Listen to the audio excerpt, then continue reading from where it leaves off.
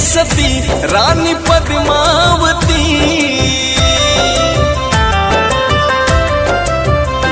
जौहरी है सती रानी पद्मावती, छोड़ राख की गई जो एक निशानी, तेरी गाथा है सबके जुबानी, तेरी गाथा है सबके जुबानी, रुकता है नया आँखों का पानी, तेरी गाथा है सबके जुबानी, तेरी गाथा है सबके जुबानी।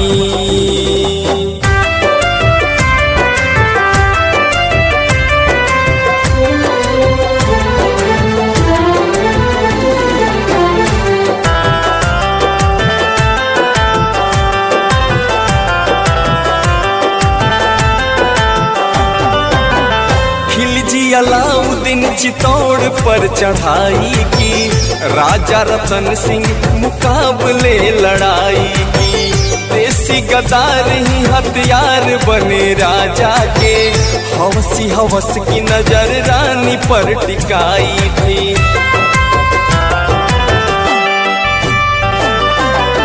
खिलजी अलाउद्दीन चित्तौड़ पर चढ़ाई की, राजा रतन सिंह मुकाबले लड़ाई की, देसी गद्दार ही हथियार बने राजा के, हवसी हवस की नजर रानी पर टिकाई थी।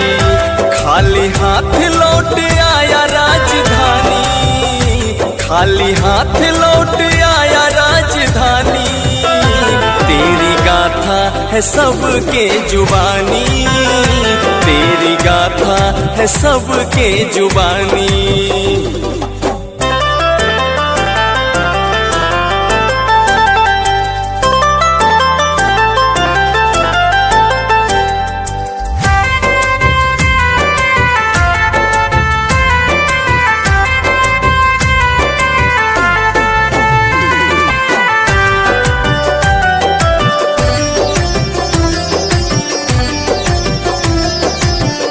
ये बात आग जैसी फैल गई घर घर में, रहा न प्राण रानी पद्मिनी के सोहर में, 16,000 सखी साथ दिया रानी का, सभी ने एक साथ कूद पड़ी जौहर में।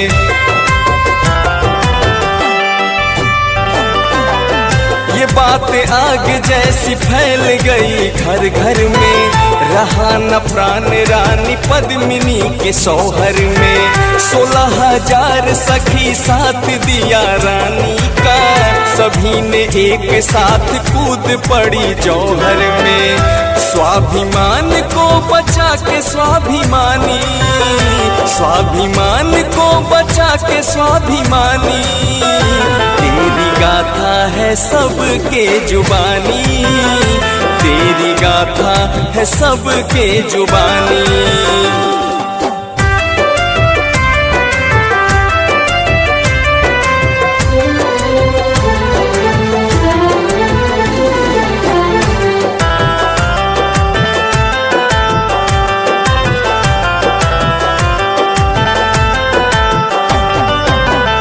यही इतिहास है चित्तौड़गढ़ घरानों की, यह भूमि वीरंगनाओं के बलिदानों की, आज भी चीख अग्नि कुंड से निकलती है, बचाई लाज जो आहुति दे के प्राणों की।